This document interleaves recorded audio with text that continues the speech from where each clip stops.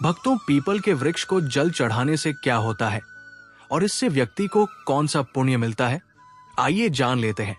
एक नागिन के उद्धार की इस महान कथा के माध्यम से समुद्र की गहराइयों में स्थित क्षीर सागर वहां का दृश्य अत्यंत दिव्य और मनोहर था। क्षीर सागर में लहरों के बीच में शेषनाग की शैया पर भगवान विष्णु सुकून से विराजमान थे। उनका नीलवर्णीय शरीर दिव्य आभा बिखेर रहा था। उनके समीप माता लक्ष्मी उनके चरण दबा थी। चारों ओर दिव्य प्रकाश था और वातावरण में शांत संगीत की ध्वनि गूंज रही थी। इसी बीच एक पावन पद से आकाश मार्ग होते हुए देवर्ष नारद जी वहां पहुंचे। नारद जी के हाथ में उनका दिव्य वीणा था और मुख पर हल्की चिंता की रेखाएं थी। भगवान विष्णु ने नारद जी को देखा और मंद मुस्कान के साथ कहा, पधारो नारद, तुम्हारा स्वागत है। ऐसा प्रतीत होता है कि तुम कुछ व्यग्र हो। क्या बात है? क्या तुम्हारे भ्रमण में कोई अनहोनी घटी है?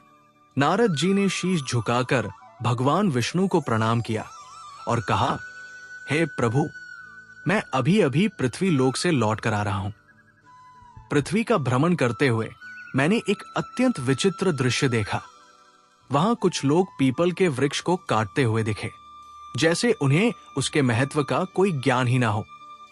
दूसरी ओर कुछ तपस्वी मुनि और साधक उस वृक्ष की पूजा कर रहे थे। वे उसकी परिक्रमा करते, उस पर जल अर्पित करते और मंत्र उच्चारण करते हुए भगवान विष्णु की स्तुति कर रहे थे। हे प्रभु, इस विरोधाभास को देखकर मेरे मन में एक जिज्ञासा उत्पन्न हुई है। पीपल का वृक्ष आखिर इतना पवित्र क्यों माना जाता है? कुछ लोग इसकी पूजा करते हैं, जबकि कुछ अज्ञानवश इसे काट का पाप कर बैठते हैं। कृपा करके मुझे इसका रहस्य समझाइए, ताकि मैं इस ज्ञान को दुनिया में फैला सकूं। भगवान विष्णु ने मुस्कुराते हुए नारद से कहा है, नारद, तुम्हारा प्रश्न बहुत ही महत्वपूर्ण है। पीपल का वृक्ष कोई साधारण वृक्ष नहीं है। ये स्वयं मेरे स्वरूप का प्रतीक है। भक्तों, आगे बढ़ने से पहले अगर आप भी चाहते हैं कि माता लक्ष्मी का आशीर्वाद आपके ऊपर सदैव बना रहे, तो इस वीडियो को एक लाइक करके आपके अपने चैनल को सब्सक्राइब कर लें और कमेंट बॉक्स में जय लक्ष्मी माता लिखकर अपनी हाजिरी अवश्य से लगाएं। ये वो स्थान है जहां देवताओं का वास माना जाता है। कहते हैं, इसकी पूजा करने से न सिर्फ मनुष्य के सारे पाप नष्ट हो जाते हैं, बल्कि उसे मोक्ष की प्राप्ति भी होती है। अब मैं तुम्हें पीपल के महत्व से जुड़ी एक कथा सुनाता हूं, जिससे ये समझ में आएगा कि ये वृक्ष इतना पवित्र क्यों माना गया है और इसकी पूजा क्यों करनी चाहिए। इस कथा का सिर्फ सुनना या सुनाना भी पुण्य देने वाला होता है। जो भी व्यक्ति इस कथा को श्रद्धा और भक्ति के साथ सुनता है, उसे अनगिनत पुण्य की प्राप्ति होती है। इतना ही नहीं, इसके श्रवण से जन्म जन्मांतर के संचित पाप भी नष्ट हो जाते हैं, चाहे किसी ने अज्ञानवश कितना भी बड़ा पाप क्यों ना किया हो। इस कथा को ध्यान पूर्वक सुन लेने से उसे उन पापों से मुक्ति मिल जाती है। जो व्यक्ति श्रद्धा से इस कथा को सुनता है, उसे अपने पितरों का आशीर्वाद मिलता है। पीपल के नीचे बैठकर पूजा करने और उसकी परिक्रमा करने से भी अपार पुण्य फल प्राप्त होता है। इसलिए है, नारद, जो भी इस वृक्ष की महिमा को समझे, उसे कभी भूलकर भी इसे काटने जैसा पाप नहीं करना चाहिए, बल्कि सच्चे मन से इसकी पूजा करनी चाहिए। इससे उसके पूर्वज प्रसन्न होते हैं और उसे सुख, समृद्धि और शांति का वरदान देते हैं। इस वृक्ष की पूजा करने से पितरों के अरण समाप्त होते हैं और उनके मार्ग की बाधाएं दूर होती है। इस कथा को जो भी मन से सुनता है, उसके घर का दुर्भाग्य, दरिद्रता और कष्ट दूर होते हैं। उसके परिवार में सुख, समृद्धि और लक्ष्मी का वास होता है और उसका जीवन मंगलमय बन जाता है। यदि किसी स्त्री या पुरुष को संतान सुख की प्राप्ति में बाधा आ रही हो, तो वो इस कथा को श्रद्धा से सुने और पीपल के वृक्ष की पूजा करे। उसे निश्चित रूप से संतान सुख की प्राप्ति होती है।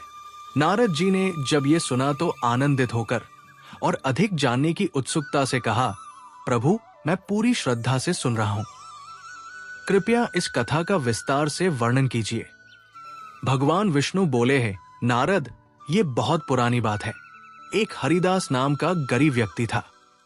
वो अत्यंत ईमानदार और मेहनती था, लेकिन उसका जीवन कठिनाइयों से भरा हुआ था। वो जंगल से लकड़ियां काटकर उन्हें बेचता और उसी से अपने परिवार का पालन पोषण करता था। उसका परिवार बड़ा था, बूढ़े माता पिता, उसकी पत्नी गायत्री और 3 छोटे छोटे बच्चे। हरिदास दिन रात मेहनत करता था, फिर भी इतना नहीं कमा पाता था कि परिवार का पेट भर सके।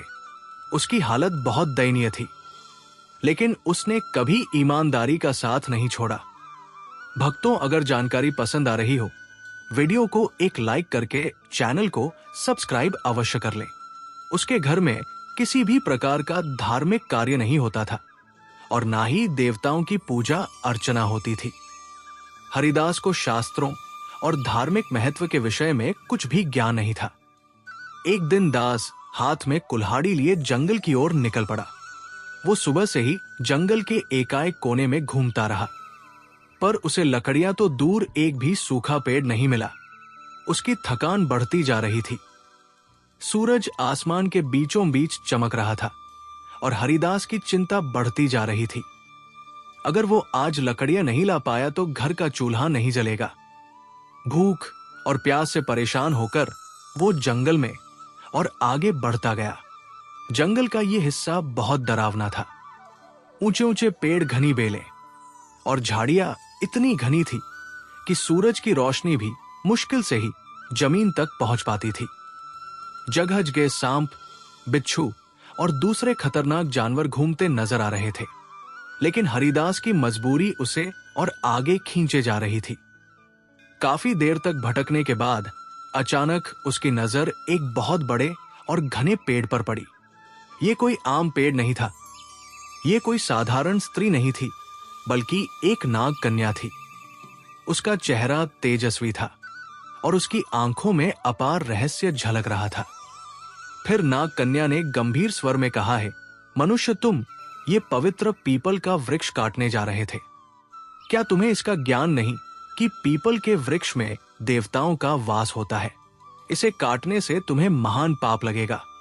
हरिदास की सांसें तेज हो गई। वो भयभीत होकर कांपते स्वर में बोला है, देव, आप कौन हैं? और मुझसे मनुष्य की वाणी में बात कैसे कर रही है? मैंने तो ऐसा कुछ कभी सुना भी नहीं था।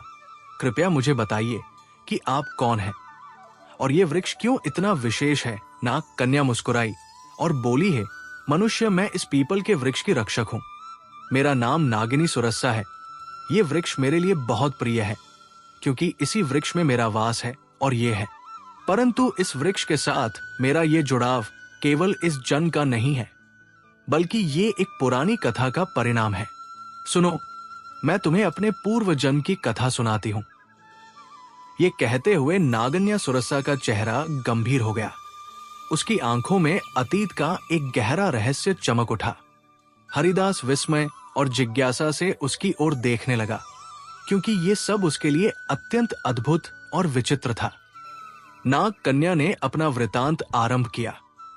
नाग कन्या ने गहरी सांस ली और हरिदास की ओर देखते हुए कहा है, मनुष्य, पिछले जन्म में मेरा नाम सुमति था। मैं एक प्रतिष्ठित वैश्य परिवार में जन्मी थी। मेरे पिता एक बहुत धनवान व्यापारी थे और जब मेरा विवाह हुआ तो उन्होंने इसे बड़े धूमधाम से संपन्न किया। मेरा विवाह एक बहुत ही सज्जन, धार्मिक और ज्ञानी वैश्य पुत्र से हुआ, जिनका नाम धर्मपाल था। वे अनाज के बड़े व्यापारी थे, लेकिन उनका जीवन बहुत ही सादा और धर्म कर्म में लीन रहने वाला था। लेकिन मैं उनसे बिल्कुल अलग थी। मेरा स्वभाव स्वार्थी और अहंकारी था। मुझे ना तो अपने पति के गुणों की कद्र थी और ना ही धर्म कर्म में कोई रुचि थी। मैं देवी देवताओं की पूजा को व्यर्थ समझती थी और मेरा मन केवल सांसारिक सुखों और धन दौलत में ही लगा रहता।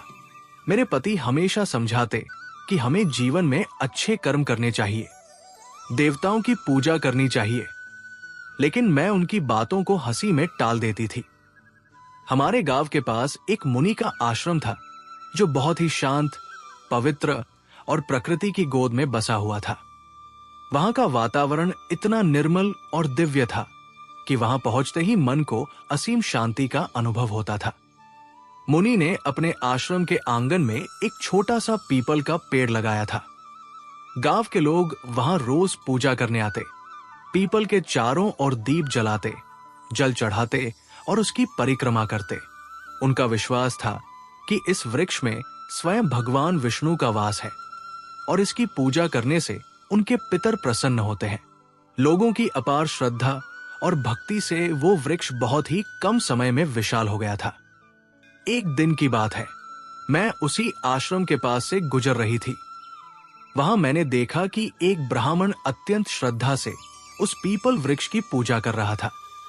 वो वृक्ष के तले जल चढ़ा रहा था और मंत्रोच्चार कर रहा था।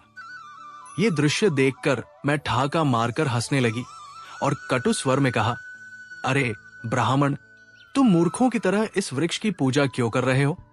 ये तो केवल एक पेड़ है ना, फल देता है ना फूल। क्या ये पेड़ किसी काम का भी है? ये व्यर्थ का ढोंग है। तुम्हारी पूजा का कोई लाभ नहीं है। मेरे शब्द सुनकर वो ब्राह्मण अत्यंत शांत भाव से मेरी ओर देखता रहा। फिर वो गंभीर स्वर में बोला है, देवी, तुम्हारा अज्ञान ही तुम्हारे इस व्यवहार का कारण है। क्या तुम्हें तो नहीं कि ये पीपल का वृक्ष मात्र एक साधारण वृक्ष नहीं है। इस वृक्ष में स्वयं भगवान विष्णु का वास होता है। ये जीवित है और अत्यंत पवित्र है। इसकी पूजा करने से भगवान विष्णु प्रसन्न होते हैं। इसके तले जल चढ़ाने से पितरों का आशीर्वाद प्राप्त होता है। अनेक जन्मों के पाप इस वृक्ष की पूजा से समाप्त हो जाते हैं। ये वृक्ष मानव जीवन के लिए वरदान स्वरूप है। उस ब्राह्मण की बातों ने मेरे अहंकार को और भड़का दिया। मैंने कटु शब्दों में उसका और उस वृक्ष का उपहास किया। मैं क्रोध में आकर उस वृक्ष के पास पहुंची और व्यंग्यपूर्ण स्वर में कहा, देखते हैं तुम्हारा ये वृक्ष कितना महान है। ये कहकर मैंने आवेश में आकर पीपल के वृक्ष को लात मार दी। जैसे ही मेरी लात उस वृक्ष को लगी, उसी क्षण एक विचित्र घटना घटी। मेरे पैर से लेकर शरीर के अन्य अंगों में जलन होने लगी। वो जलन असहनीय थी। मैंने देखा कि मेरे शरीर में परिवर्तन हो रहा था। धीरे धीरे मेरा रूप बदलने लगा। मेरी त्वचा काली पड़ने लगी और देखते ही देखते मैं एक भयानक सर्पिनी में परिवर्तित हो गई। नागिनी का रूप धारण करके मैं वहीं पर चीखने चिल्लाने लगी। मेरी चीख पुकार सुनकर आश्रम के मुनि वहां आ गए। मैं उनके चरणों में गिर पड़ी और रोते हुए अपनी व्यथा मैंने उनसे विनती की कि मुझे इस श्राप से मुक्ति दिलाए। मुनि गंभीर स्वर में बोले हैं, स्त्री, तुमने घोर पाप किया है। पीपल के वृक्ष को अपवित्र करना और उसका अपमान करना भगवान विष्णु का अपमान है। तुम्हें तुम्हारे कर्मों का दंड मिला है। फिर मैंने कांपते हुए हाथ जोड़कर मुनि से प्रार्थना की, हे यार शिविर, कृपया मुझे क्षमा करें और इस शराब से मुक्ति का कोई उपाय बताएं। मैं अपने पापों के लिए पश्चाताप करना चाहती हूं। उस मुनि ने गंभीर स्वर में कहा है, पापिनी, तुम्हें इस श्राप से मुक्त होने के लिए 100 वर्षों तक इस पीपल वृक्ष पर निवास करना होगा और इसकी रक्षा करनी होगी। जब 100 वर्ष पूर्ण हो जाएंगे तब तुम्हारे पति यहां आएंगे और इस वृक्ष पर जल अर्पित करेंगे। उसी दिन तुम्हें इस श्राप से मुक्ति मिलेगी। इतना कहकर मुनि वहां से चले गए। तब से मैं इसी वृक्ष पर वास कर रही हूं। यह वृक्ष दिनों दिन बढ़ता गया और मैं दिन रात इसकी रक्षा करती हूं ताकि कोई इसे हानि ना पहुंचा सके। आज मेरे 100 वर्ष पूरे हो चुके हैं। मैं प्रतीक्षा कर रही हूं कि मेरे पति धर्मपाल यहां आए और इस वृक्ष पर जल अर्पित करें। तभी मुझे इस सर्प योनि से मुक्ति मिलेगी। ये कहते हुए नाग कन्या की आंखों में आंसू आ गए। उसकी आवाज में पीड़ा और पश्चाताप स्पष्ट झलक रहा था। हरिदास ये सब सुनकर अवाक रह गया। वो समझ नहीं पा रहा था कि जो कुछ उसने सुना वो सपना था या सच्चाई। उसके हृदय में भय और श्रद्धा का संचार हो रहा था। नाग कन्या की करुणामय कथा सुनकर हरिदास स्तब्ध रह गया। उसकी आंखों में आश्चर्य और अविश्वास के भाव तैरने लगे। उसे ये बात समझ में नहीं आ रही थी कि वो स्वयं इस घटना से किस प्रकार जुड़ा हुआ था। तभी एक दिव्य तेज से आश्रम के मुनि वह प्रकट हुए। उनका स्वर गंभीर और आशीर्वाद से भरा हुआ था। मुनि ने हरिदास की ओर देखते हुए कहा, हे हरिदास, ये सब तुम्हारे पूर्व जन्म के कर्मों का ही परिणाम है। क्या तुम जानना चाहते हो कि तुम इस नाग कन्या के जीवन में क्या स्थान रखते हो? हरिदास ने विस्मय से मुनि की ओर देखा और कांपते स्वर में कहा, है आर्षशिविर कृपया मुझ पर कृपा करें और मेरे जन्मों के रहस्य का ज्ञान ना दे। ये सब क्या हो रहा है? मैं इस नाग कन्या के साथ किस प्रकार जुड़ा हूं? मुनि ने अपनी आंखें बंद की और उनके मुख पर एक गंभीर आभा उभरी। फिर उन्होंने कहना आरंभ किया, है हरिदास सुनो तुम्हारे पूर्व जन्म की कथा। इस नाग कन्या जिसका नाम सुमति है, इसका पति तुम ही थे। उस जन्म में तुम धर्मपाल नामक एक पुण्यात्मा व्यापारी थे। तुमने सुमति से विवाह की था और उसका जीवन संवारने का हर संभव प्रयास किया। तुम एक धर्मनिष्ठ और सत्यवादी व्यक्ति थे। तुमने सुमति को सद्मार्ग पर लाने के लिए अनेक प्रयास किए, किंतु वो तुम्हारे प्रयासों की उपेक्षा करती रही। हरिदास ने आश्चर्य और अविश्वास के साथ कहा, क्या मैं इस नाग कन्या का पति था? मुनि ने मुस्कुराते हुए कहा, हरिदास, सुमति ने अपने अहंकार और अज्ञान के कारण पीपल के वृक्ष का अपमान किया था, जिसके कारण उसे सर्प योनि का श्राप मिला। किंतु भगवान विष्णु ने तुम्हारे पुण्य कर्मों के ये नियम बनाया कि केवल तुम्हारे हाथों से जल अर्पित होने पर ही सुमति को इस श्राप से मुक्ति मिलेगी। तुम यहां तक केवल अपनी नियति के कारण आए हो। तुम्हारा आज यहां आना संयोग नहीं है, बल्कि ये विधि का विधान है। सुमति जो अब तक चुपचाप खड़ी थी, मुनि की बात सुनकर हरिदास के चरणों में गिर पड़ी। उसकी आंखों से आंसुओं की धार बहने लगी। वो कांपते स्वर में बोली, है स्वामी, मैं अपने पूर्व जन्म के पापों के लिए आपसे क्षमा मांगती हूं। मेरे अहंकार और अज्ञान के कारण मैंने आपको दुख पहुंचाया और इस पीपल वृक्ष का अपमान किया। किंतु आज मैं आपसे एक बार फिर प्रार्थना करती हूं, कृपया इस पवित्र वृक्ष पर जल अर्पित कर मुझे इस श्राप से मुक्त करें। हरिदास की आंखों में करुणा भर आई। उसने नाग कन्या के प्रति कोई क्रोध या घृणा नहीं दिखाई, बल्कि उसके हृदय में श्रद्धा और सहानुभूति का भाव जाग उठा। हरिदास ने मुनि की ओर देखा और श्रद्धा से कहा, हे शिविर, कृपा करके मुझे बताइए कि इस पुण्य कार्य को मैं कैसे पूरा कर सकता हूं। मुनि ने उसे प्रेम पूर्वक देखा और फिर पास ही एक विशाल पीपल वृक्ष की ओर इशारा करते हुए कहा, वत्स, इस वृक्ष के पास जाओ, श्रद्धा से जल अर्पित करो और भगवान विष्णु का स्मरण करो।